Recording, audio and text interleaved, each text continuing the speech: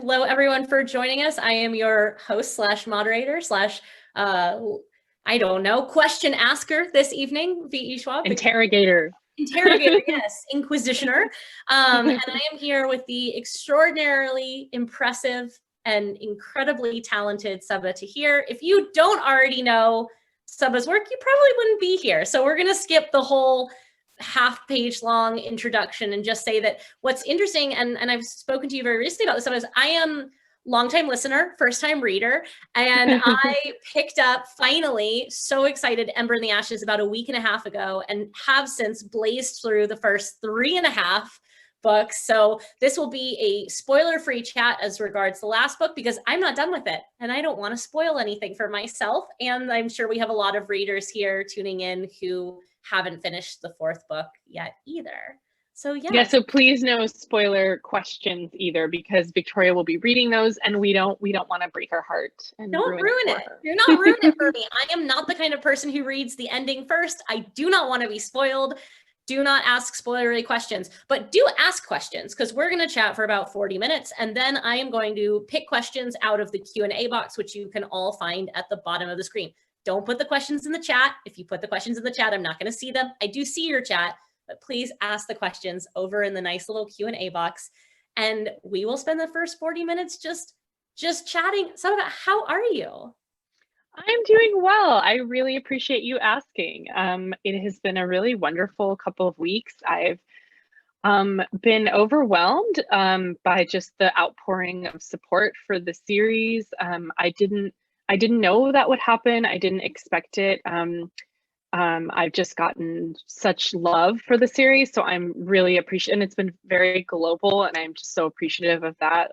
Like, you know, my UK readers are like, so many of them are such long time readers and like OG readers, and I just like, you guys are the best. It's been really lovely.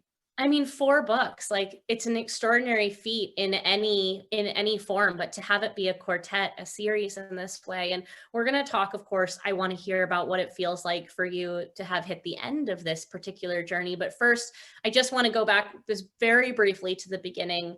As authors, we get often asked, like, where do your ideas come from? And I think that that becomes authors' least favorite question, but I think it's in the phrasing of it, not in the question behind it, because that's such a broad question. And so I like to phrase it a little differently. If a story is a meal, then ideas that go into that meal are ingredients. And so obviously you have the benefit of time and space to look back at the first book and to look back at the series as a whole. And I'm just really curious, like, what were the first ingredients? What came together in the pot to make the idea that is Ember in the Ashes?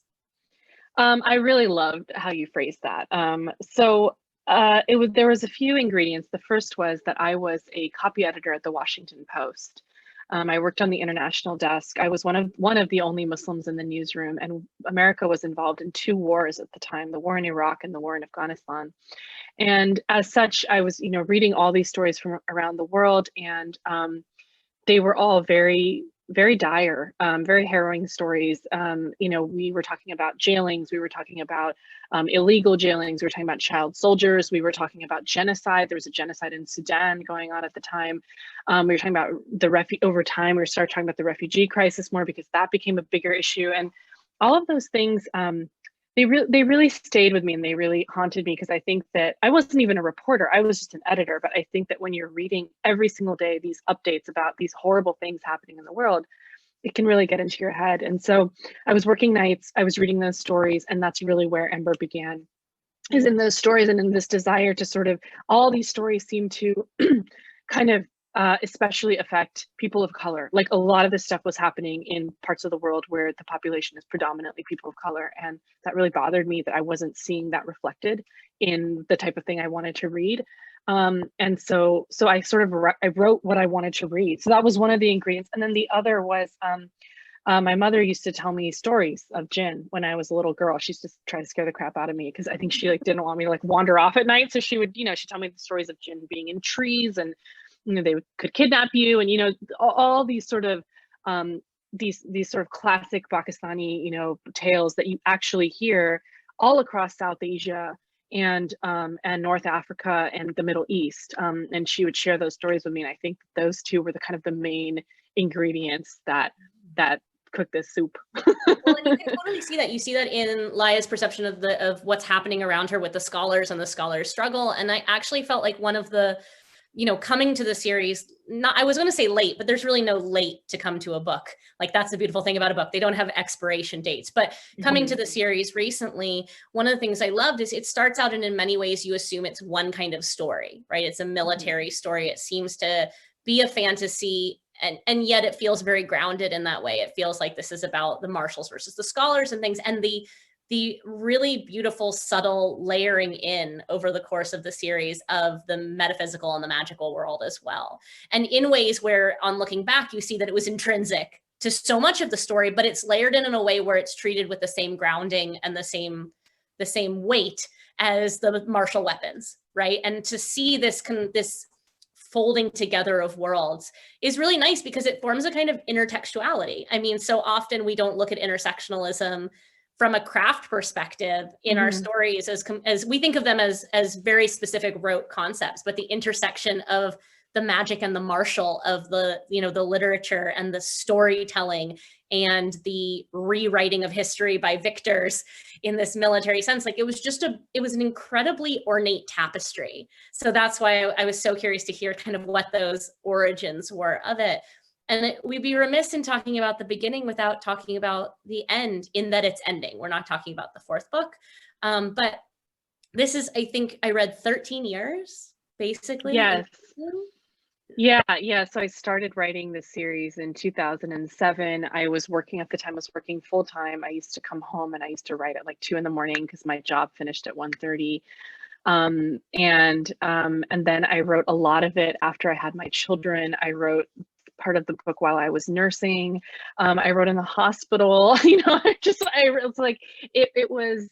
I used to describe it as a fire in my brain, and I know that feeling, because I've read what you've had to say about Addie and the way that story sort of stayed with you, and that was very similar. It's a very, I would imagine, be a very similar experience. The story was just such a huge part of my life, and these characters felt like friends.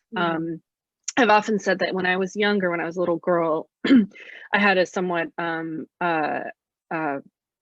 unstable childhood, and so I used to hide in a laundry basket to like kind of calm myself down. I lived in this really small town. It was super racist. It wasn't unstable in terms of my family, but just in terms of my overall surroundings. And I used to go into that laundry basket, and that was my safe place. And as an adult, these characters kind of became my laundry basket, right? So I've talked about how it's been very strange for me to kind of be like, oh, wait, I have no laundry basket. And I'm really curious if you would share with us a little bit about writing Addie, because I know that was a decade-long experience. Yeah, it's such a similar struggle. And I've had books that have taken me 6 months or a year or 2 years, but to sit with a story and a world, and it's a standalone, but it also covers 300 years. So it's a hefty narrative of someone's life. For 10 years, Addie was, I wouldn't even call her a friend. She was a passenger in my life. And I was telling you before we started that every book that I published, I was writing Addie in the background, from The Near Witch through Shades of Magic and Vengeful. And so I went through a deep grief after finishing Addie LaRue. And I was deeply relieved. Like, part of me was just deeply relieved to have it down on paper, because I think part of me thought I'd never get it all down on paper. And then the next day when I woke up and I realized I didn't need to gut check myself with Addie anymore, like I woke up and I realized I didn't have her voice.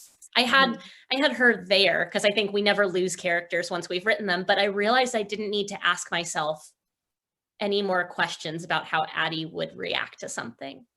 And I mean, probably about 6 months. Like, it was like losing a family member. It was, I just felt a loss, like a deep loss. And it's weird, because you just want to feel nothing but gratitude and relief and victory after finishing a novel. But when you stay with something for that long, and when it becomes so entrenched in your identity and your creative process, it almost feels like part of your creativity is gone. It feels like something you engaged with. And I will tell you, and I'm really curious to hear if you've had this same struggle. My greatest fear was, I'm never going to be able to do this again. Not like I could write books. I knew I could write stories, but I feared I would never have a story that took up so much of me, that took up so much, like it burrowed. Like I Yes. felt like I was very dramatic to tell you before. I felt like there was a grave, like I had an open grave, and I kept thinking like, oh my God, I need to find another body to put in this grave because where the body's not in the grave anymore, and I need this grave. And like I went into a very manic period right afterwards where I thought I need to start thinking of a new idea that I can live with for 10 years because nothing is going to fill that grave except something that is as weighty. And what if I never think of another story that takes up that much space inside my heart? Yeah, I've definitely struggled with that too. And I think I've been fortunate in that when I was writing the Ember series, so I wrote books 1, 2, and 3 kind of back to back. I mean, it took a long time, but I wrote them back to back. But after book 3, I found that I really needed sort of a mental break, and this other thing that I can't really say much about, but that I'd been working on kind of on and off for many, many years. At that point, I just started working on that, and it sort of took over my brain for a while, and it was really comforting. It was really comforting to sort of be like, oh, like these characters also exist. And I almost think that it's actually after that project is out in the world that I'll be like, what do I do? Well, it's the mercy, right? It's like you were on an ice floe and you found another place to put your foot before the iceberg that you were on sank. I love a metaphor. I can't help myself. But like it's that feeling like you found another piece of solid ground. And then what happens when that piece of ground is gone? And it's like, but that's kind of the weird thing is like, it's a different experience from the usual creativity of like, oh man, I hope I have another story idea. Cause like we get story ideas, but it's the things that sink their teeth into you that you want to live with. Yeah, exactly. And that's the stuff I fear the absence of it. But I think, I don't know about you. You probably were prepared a little bit more for the timeline because you're writing multiple books. I didn't set out for Addie to take 10 years. It's not like when I thought of Addie and I was like, great, can't wait to sign the next 10 years of my life away to this one. Some stories take time. Yeah, then this one, I kind of ended up having to think about this story as like one whole story as opposed to sort of 4 little ones. I mean, not little, they're big fat books, but I remember sort of trying to figure out arcs early on and being like, well, this really is, it's at least 2 books. And I was like, yeah, I think it's at least 3 books. And I was like, oh God, I think it's 4 books, and figuring out that, not only do you have to have a complete arc within the book itself, but it has to last over the course of the journey.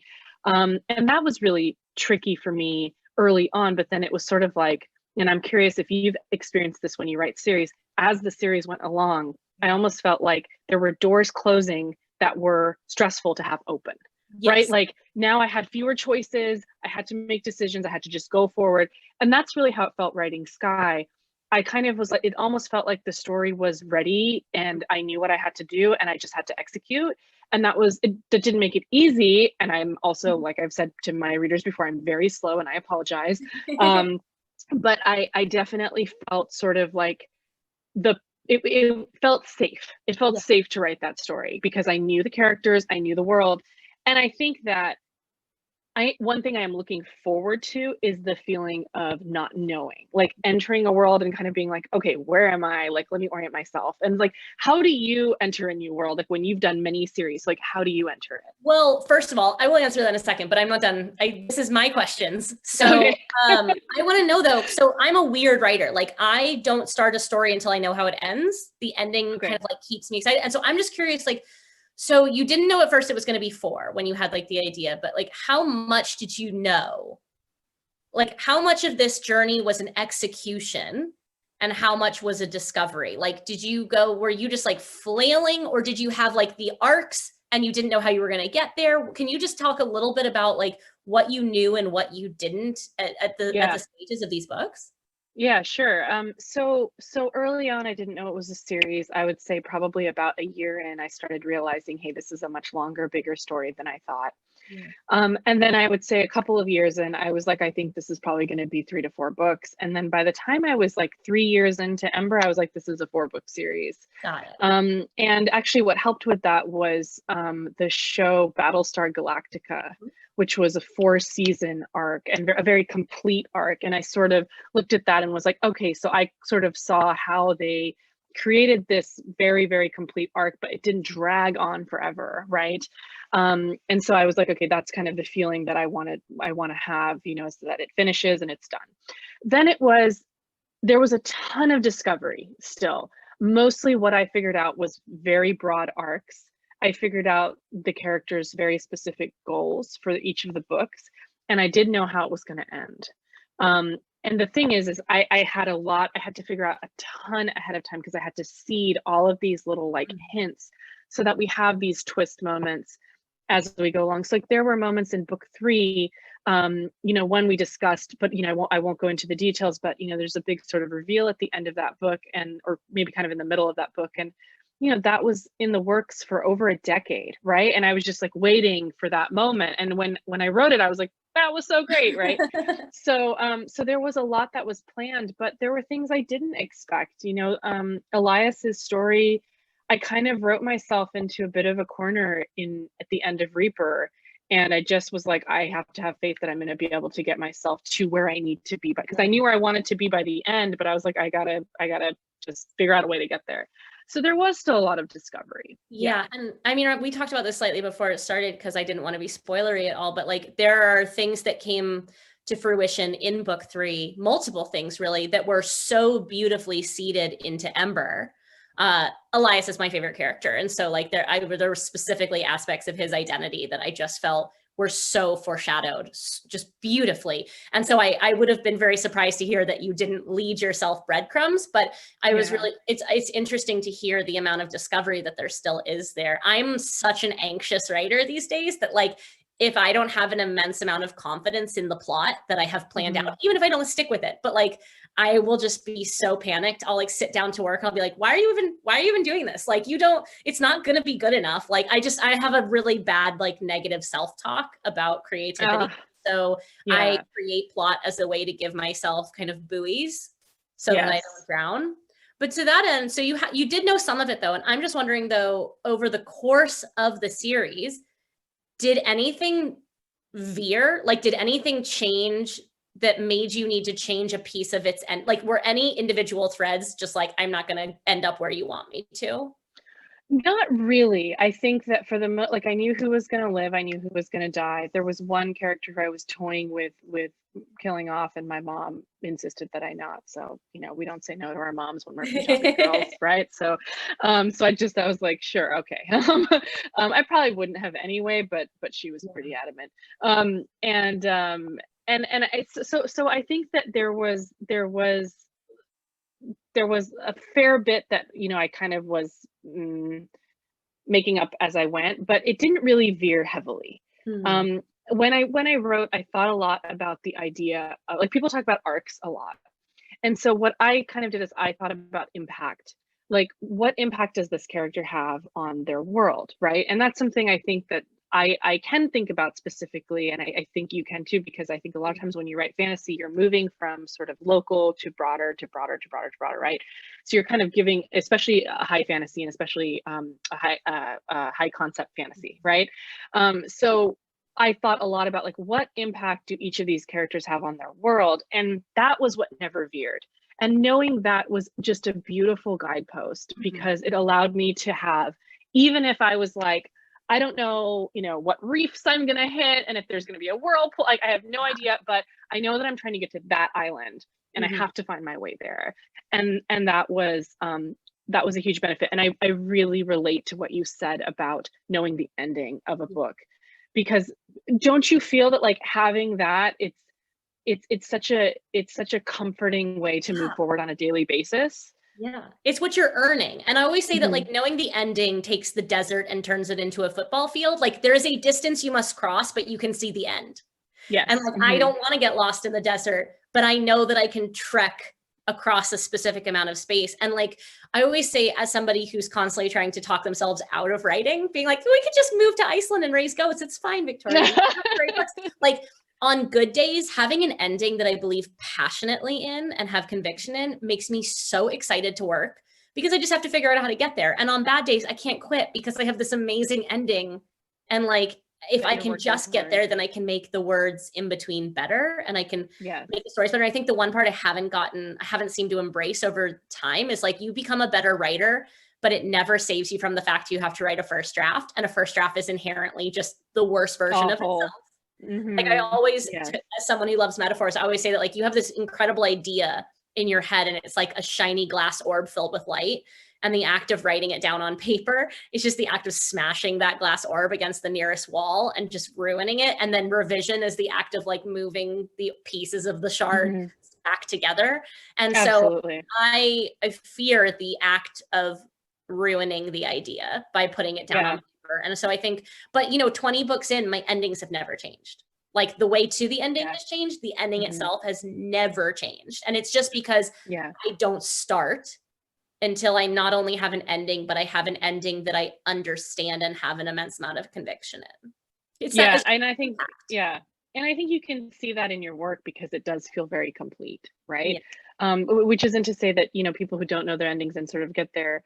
I almost think that, I mean, I'm just speaking for myself, but I almost think that not knowing what's going to happen would take more talent than I have because I can't, like, I need to know. Well, it's talent and tolerance, right? I don't think I have the tolerance to move 100,000 words in the wrong direction. I can't recover. Like I lose hope. If I have a day where it turns out that I have to delete the work that I wrote because it just wasn't right, I get sad. So the idea of having to delete like a year's worth of book because I just was like flying by the seat of my pants, I know that my anxiety will inhibit whatever creative discovery and joy comes with that. But okay, wait. So I understand that things didn't veer in big ways, but one thing I always wonder about when you have an ensemble cast like this, did you have any small characters that were not supposed to grow bigger, but did, or kind of took on lives of their own, like characters that were supposed to be minute? Because it just feels like probably my biggest pet peeve as a reader, specifically as a fantasy reader, is when the primary characters feel really well developed. And maybe even the secondary characters feel well developed, but the tertiary characters, like the side, just feel kind of flat. And something that I loved about this series is that every character I met that you introduced me to, I cared about. And I wondered, did any of them surprise you with how invested you as a creator became in them? Yes.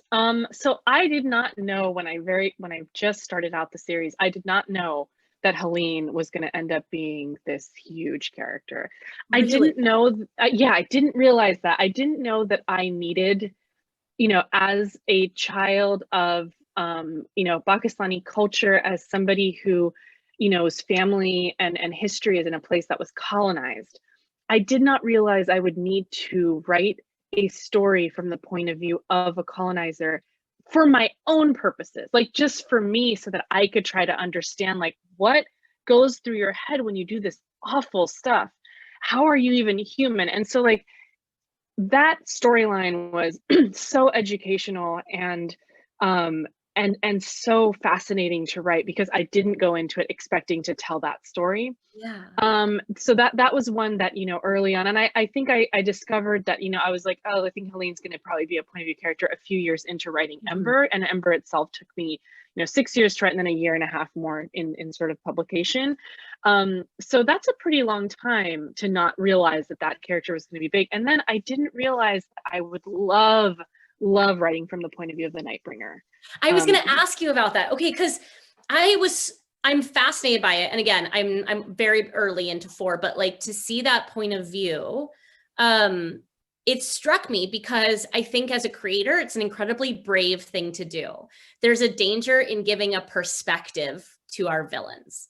Like, I think when we keep our villains at a distance, and I say villain broadly, I know that like you've done a really excellent job of making sure that every antagonist in this series has a deeply seated backstory that explains why they are the way that they are and the people and or entities that they are.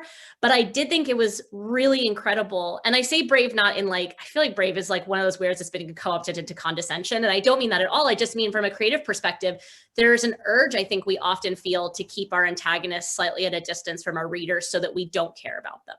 So that we almost maintain the mystique and in so doing make them scarier.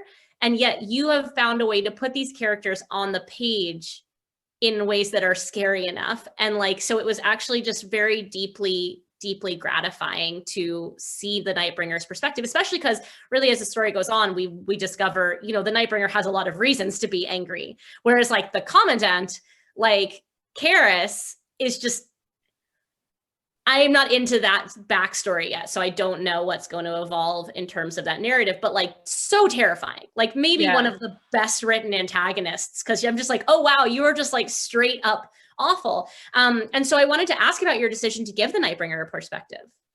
Yeah, so for me, the Nightbringer's perspective comes very much from sort of the meditations that I've had over the question of like one person's terrorist is another person's freedom fighter, which is something that you see a lot of people talking about.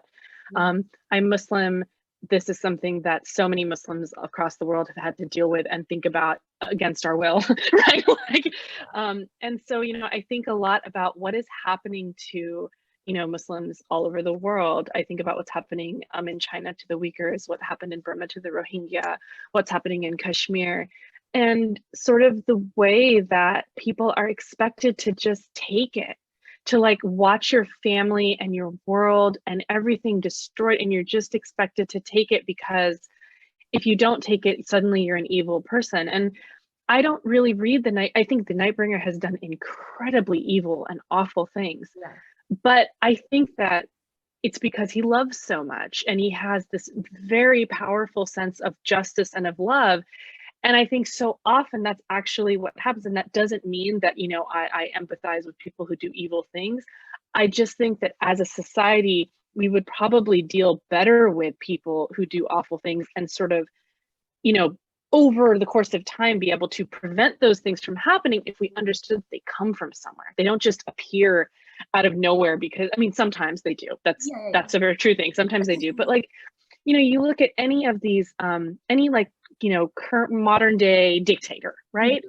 There was a point at which so many people believed in them. People loved them. They were like, oh my God, you know, this president or this whatever is amazing and they're awesome. And then over time, it just gets worse and worse and worse. And all of a sudden you have somebody who is a true monster. And so that's really what I wanted to touch on with the Nightbringer.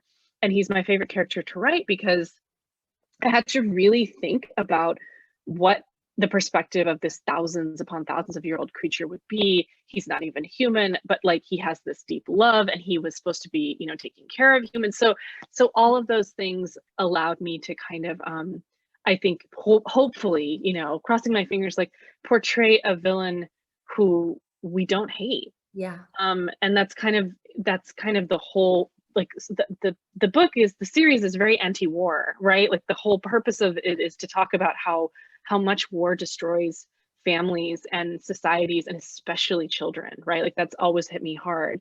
And so that's really kind of the heart of his story too, is how war has warped and destroyed him. Yeah. No, I mean, it's a fascinating character. I call them long con characters, right? Which is like, we meet them as villains, they become antagonists. From there, they get downgraded to anti-hero. Like we see, the more we get to know about them and the more we peel back the veils on them, the more we understand and empathize with them. And so it was, I find long con characters deeply satisfying to start from a place of like, well, I don't understand you, and so I'm afraid of you. And you're doing things that I don't understand. And so I feel like he's such an incredible avatar for that kind of presumption. And then the dismantling of your expectations and saying, like, it's a lot harder to hate someone once you understand where they're coming from. And when you understand what, you know, we are as people and as characters that we write, the product of who we have been and what has happened to us. Like every character in your books feels so revelatory in that way. They feel so grounded because they feel deeply like the reaction to who they have been. And I feel like so often characters in fiction, lesser written ones, they just kind of float in their worlds. They don't feel like a product of their environment and a product of what's happened in their past and their trauma and their education and all of these things. And I feel like every character in your book, the heroes and the villains and everything between, feels really deeply like a product of what their past has held.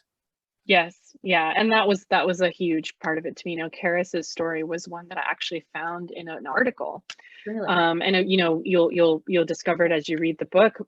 But I read an article about a Tunisian Truth and Reconciliation Commission, and the stories were like hair raising. Really?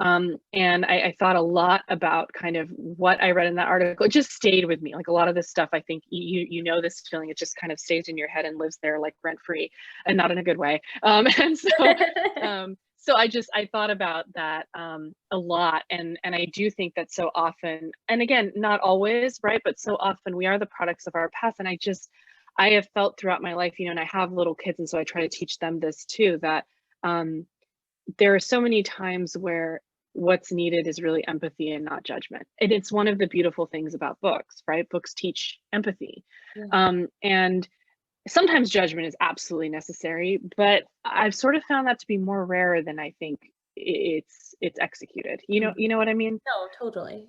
Totally. And I, like I say, and I think that, and like, the stories and the themes, they deal with that, they deal with morals and duty, and they just, the perspectives feel very personal. And I think that, Yeah. I mean, it sounds like you say, it sounds weird because it's like what you expect of good writing. And yet I think the more books I read, the more rare I realize it is, which is to say that, like, I don't feel often like fictional characters, unless they're written by a very deft hand, like the perspectives feel genuinely unique. Like often you always feel like there's a degree of like convenience, or this character is this way because the plot requires it, or this character is meant to be almost archetypal and that they represent all other characters. Mm-hmm. Whereas I feel like Laia and Elias, and is it Helene or Helen? It's Helene. Yeah, it's Helene. Helene and the Nightbringer and Harper, every single one of these, they feel so distinct and they feel so specific. And I think one of the great lies we think of when we think of creativity is that we need to be universal, when the truth is like in being extremely specific, in not making monolithic characters, in not creating monoliths out of identities. We create specificity of experience that makes these characters so easy to understand and so easy to tap into. And I think that's probably been, as someone who has binge read the series, my favorite element of it is just this feeling like I have had to question their actions through my lens and then through their lens, and watch them question their own actions. I think there's an incredible amount of accountability in the narrative. I mean, obviously Elias is painfully aware of the accountability of his actions, but Helene as well, and Laia as well. There is just a really deep understanding of the cost of violence and the cost of, just like casting people under an umbrella, Yeah. Yeah, and I think, I think that we don't often with books, we don't often look at how different people are from age to age. Like when you go through an experience, when you go through something harrowing or difficult, how it changes you. And one of the things that I really wanted to do with the series is sort of look at how much these characters have changed and let them acknowledge that change, because I think as a society, we're not very forgiving of error, right? Like we don't say, okay, you didn't realize because you were young or you were not exposed to something or whatever. And so you know what? Like now you do. And you're taking ownership of it, and we're going to give you a second shot. Instead, we're very judgmental, and we're very much like, you know what? Like you're dead to me kind of thing. Yeah. And it's so often, every now and then there are absolutely, people who are trying to make a point with their idiocy, right? But a lot of times people are simply unaware. And it's sad that's the case, but that's the world we live in. And so I think that with these characters, like, so in the first book, Elias is sort of awfully dismissive of Helene and of her accomplishments and of who she is, and he absolutely underestimates her. And this is the thing that hurts her the most, right? Because she's like, everyone underestimates me, and this is her best friend. And so I love Elias because I love all of my characters, but I love Elias more in book 4 because now he's a man. You know what I mean? Like, no, we watched them grow up. Yes.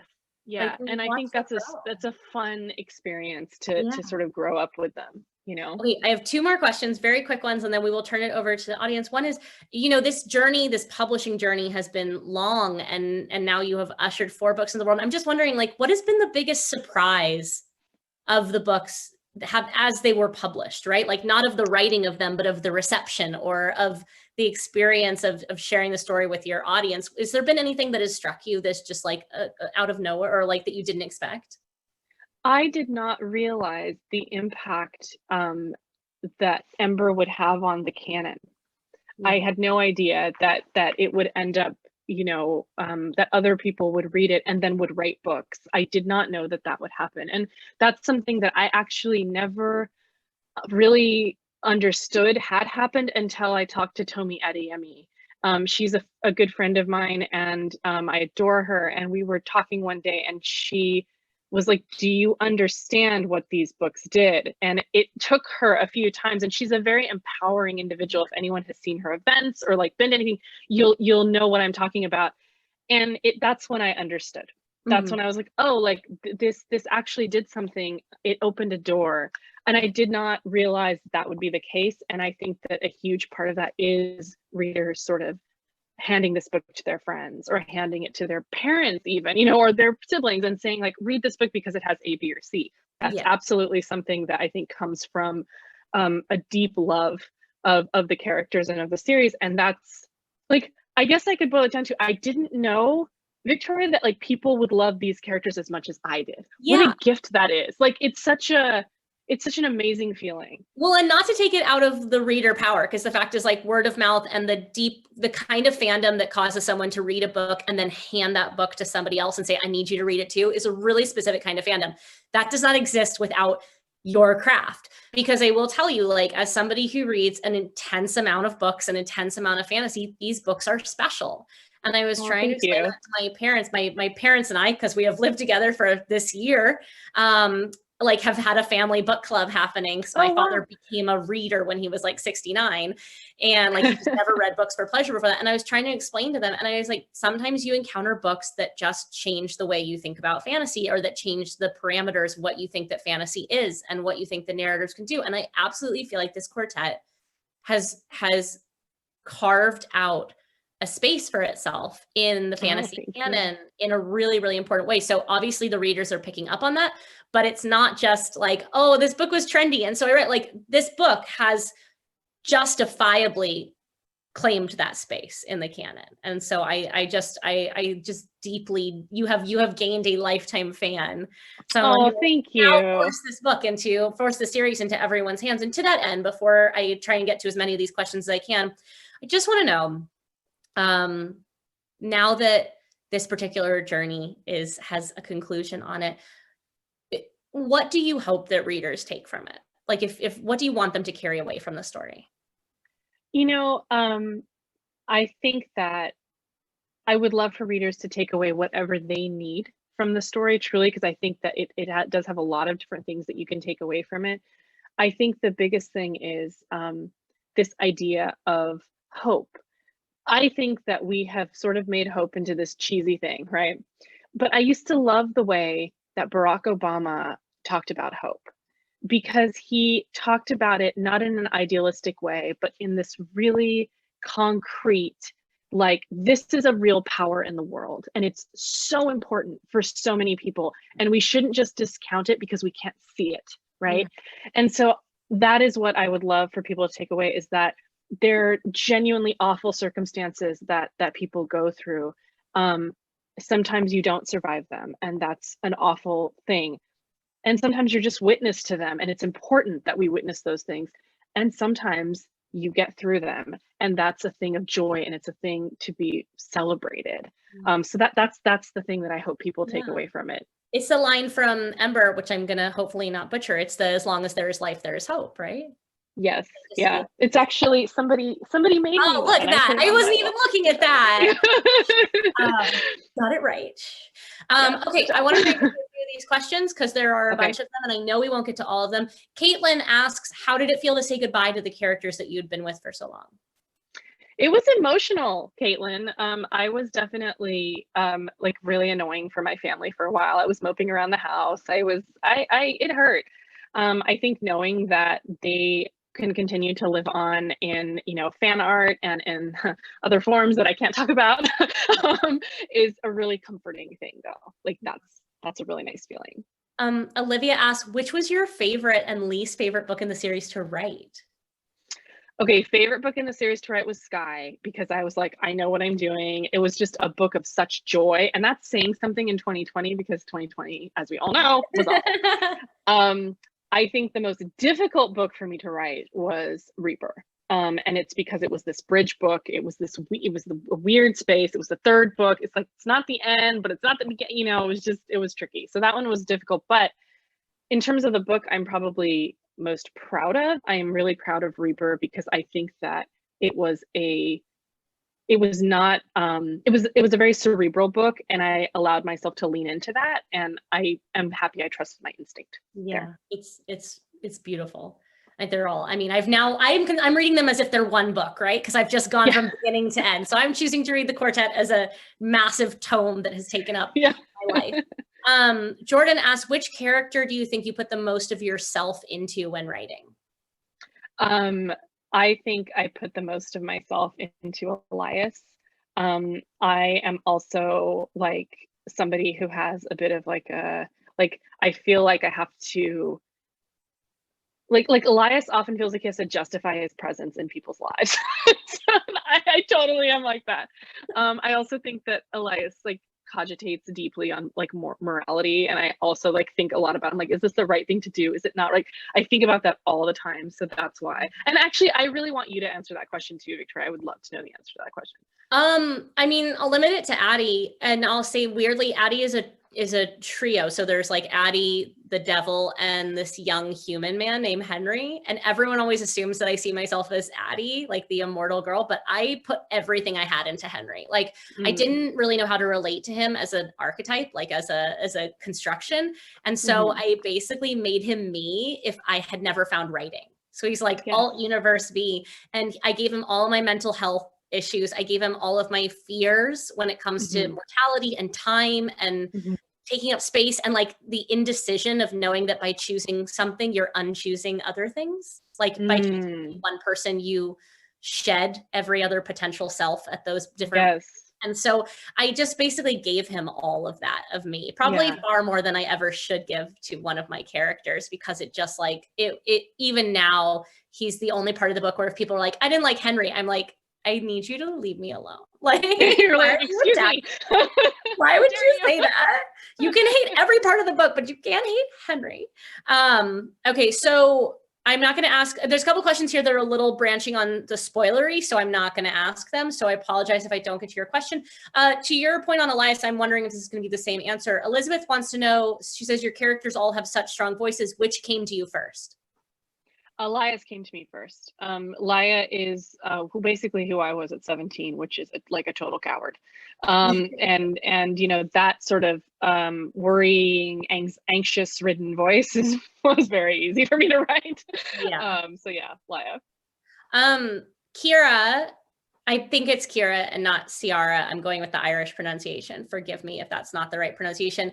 What gives you both the drive and energy to take an idea to actual words on the page?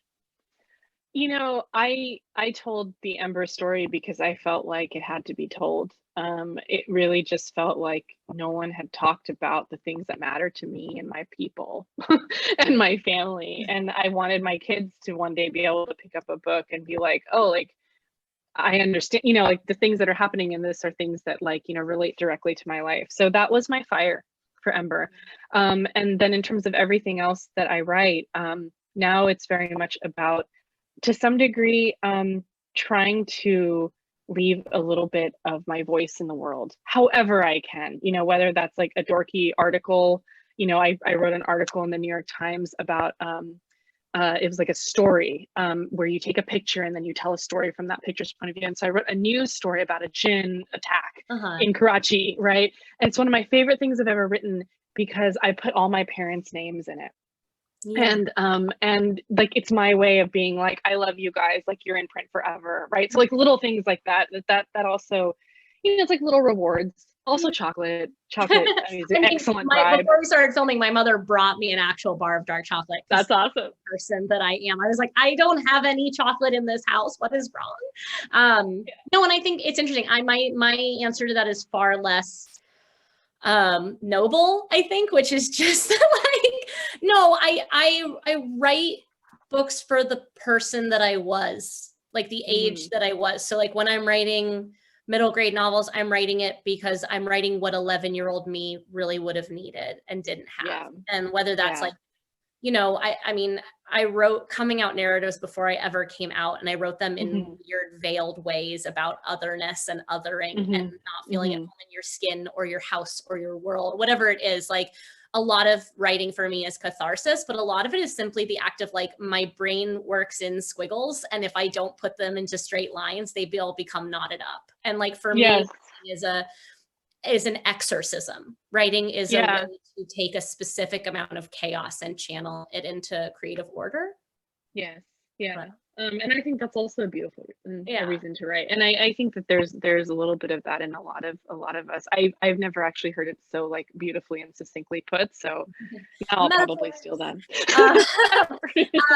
Abigail would like to know, will we ever have another story or novella from these characters or in this world? Probably, but I don't know yet. What I'm working on next is unrelated to Ember, but you know, you can always count on me to kick you in the feels. So, so many feelings, like just an offensive amount of feelings here. Here's a question I have a lot, because like I'm always just really curious and I hate answering it, so I don't have to. Where did you get the inspiration for the names for all of your characters? So I did a ton of research on names, and I wanted to have names that sort of reflected the arcs of the characters. So Laia means sweet voiced, and when you get to through Sky, you'll kind of understand why she's named that. Elias is a is a Hebrew name, and it means the Lord is my God. And I thought that was a very sort of submissive name. I think that's the intention of it, is meant to be sort of like, I have faith. Like, it's a very faithful name. And I spoke to both an imam, and a rabbi about sort of names and kind of what their meanings are. And I thought that was really good for Elias, because to some degree he has to submit to his destiny, right? So each of the names I did a ton of research for, and then I have this book. I would show it to you if I could get up without leaving this area, but it's called 100,000 Baby Names, and it's really helpful. So if you ever just need a name, you can flip through it and be like, that sounds good. Yeah. What's Annabelle asks, what's one book you've read that has stuck with you the longest? Gosh, probably, I mean, this is really a generic answer, but if you just look up behind my bun, you'll see a quote from The Book Thief. The quote is, "I am haunted by humans," and it is probably my favorite quote, which is why I had it engraved on a thing, right? And it's on my wall. That book really stuck with me. I thought it was beautiful. This year, This Is How You Lose the Time War was the story that really stuck with me. I love that book. So good. I read it on a plane. Like, I started it because it's very short, and I started it when the plane took off, and I finished it about 10 minutes before landing. So it would have been like last fall. It's so good. It's such a good story. So yeah, those are a couple that have stuck with that one more recently, but one just in general. I will add, just because I love giving recommendations, probably a book that really stuck with me this year, because this was such a hellscape year, and this book was like the opposite of a hellscape year. It was like a warm, gay sweater. Was The House in the Cerulean Sea by T.J. Klune, which is just absolute, just incredibly lovely. It's probably from one of my like long time books that just stuck its teeth into me, is The Graveyard Book by Neil Gaiman. Oh yeah, I like that one too. Never stop thinking about that one. Sometimes the simplicity of things just like gets thorns in me. Yeah, one that also stuck with me, and this is a much older book, and I think people will be like, wait, why? It's called Gilead. It's by Marilyn Robinson. And it's like kind of like it's a lot about religion and faith and all that kind of stuff, and it's from the point of view of a Christian preacher writing a letter to his son.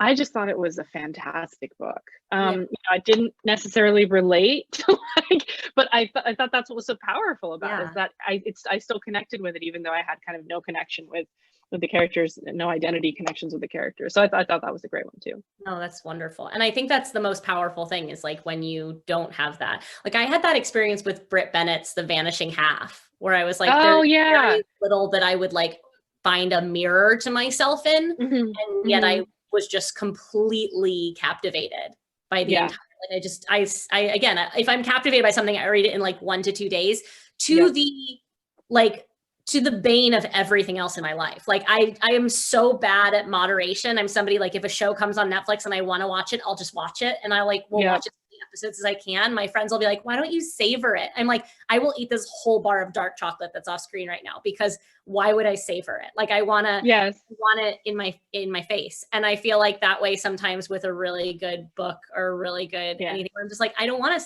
just want to eat it.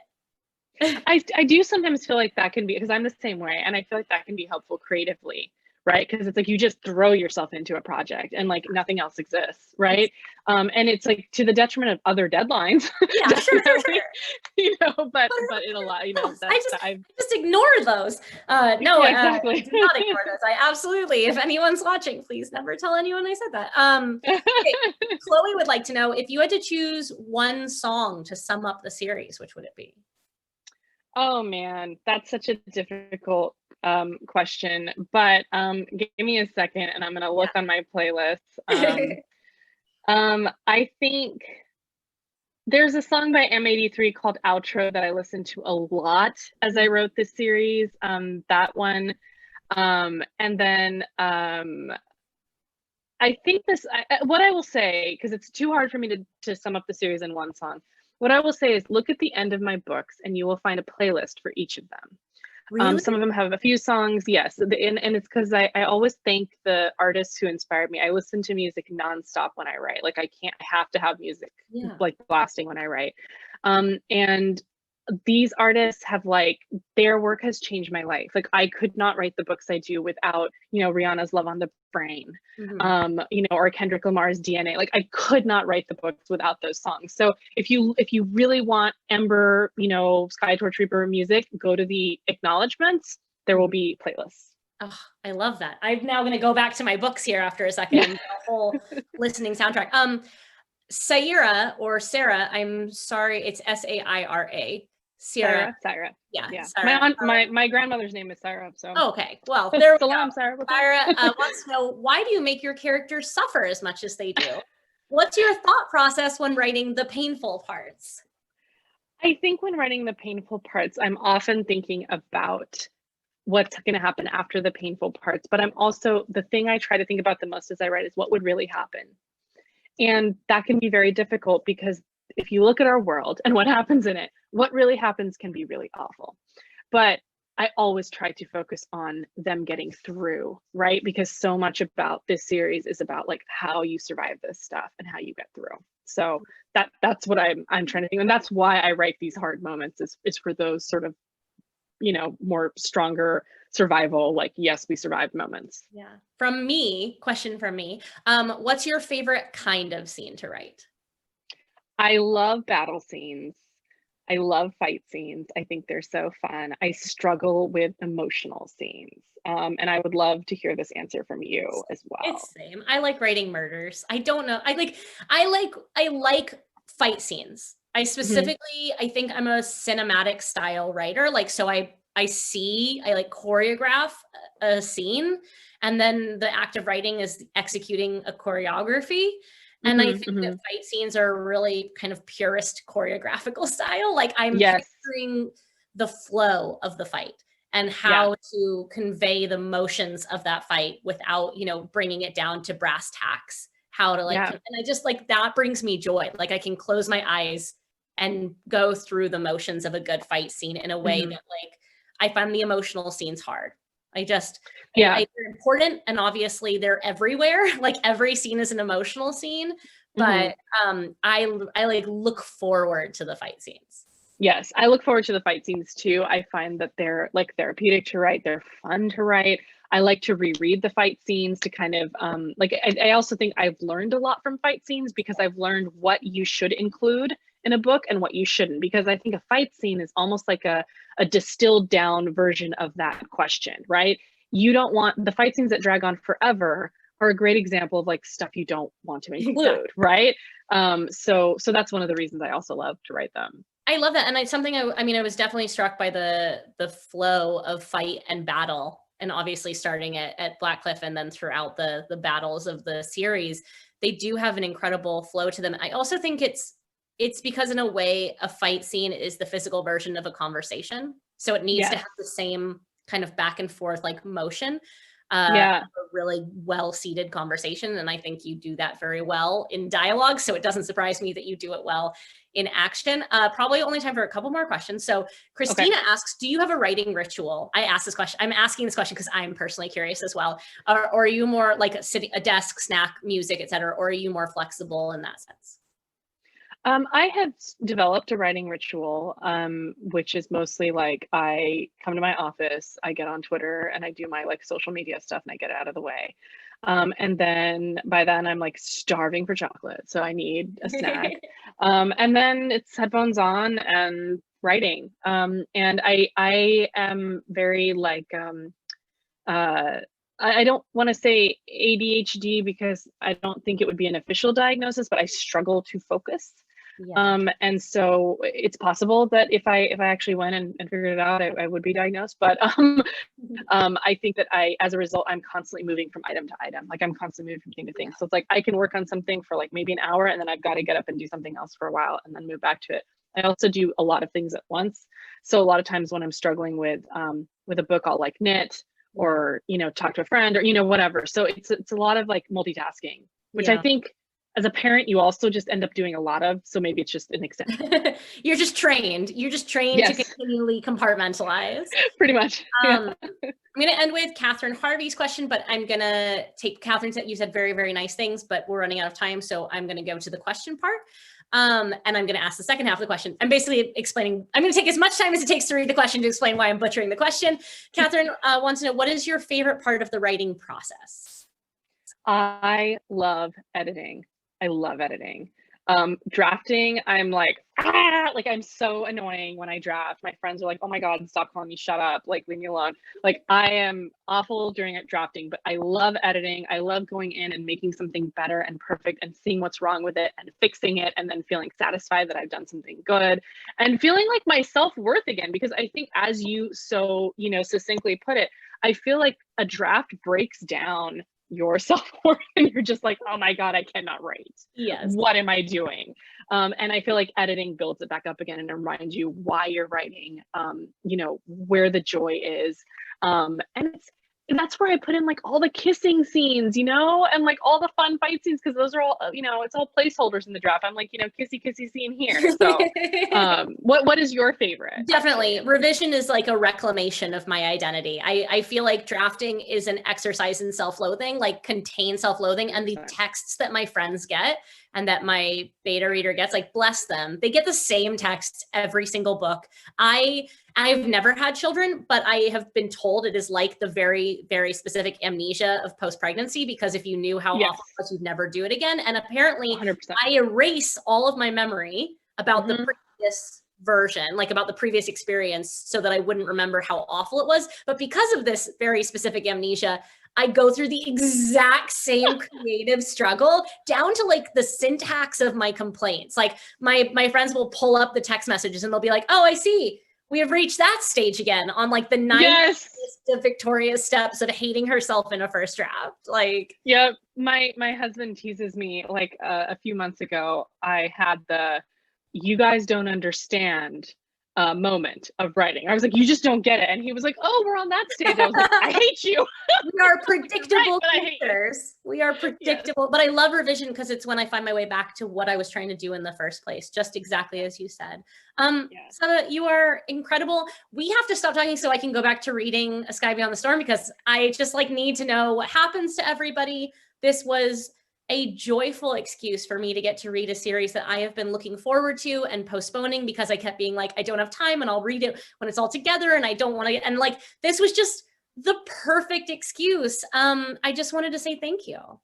Thank you so much, Victoria. It was a pleasure. Thank you to everybody who came. Thank you, Waterstones. It was wonderful. And I cannot wait to read your next. So I shall go back into the cave. And then once I finish reading your book, then I will go back to work. Thank you everyone for coming. Thank you, Waterstones, for giving me an excuse to hang out with Sabaa and ask her lots of questions. And I hope that you have a wonderful weekend. You too. Take care, everybody.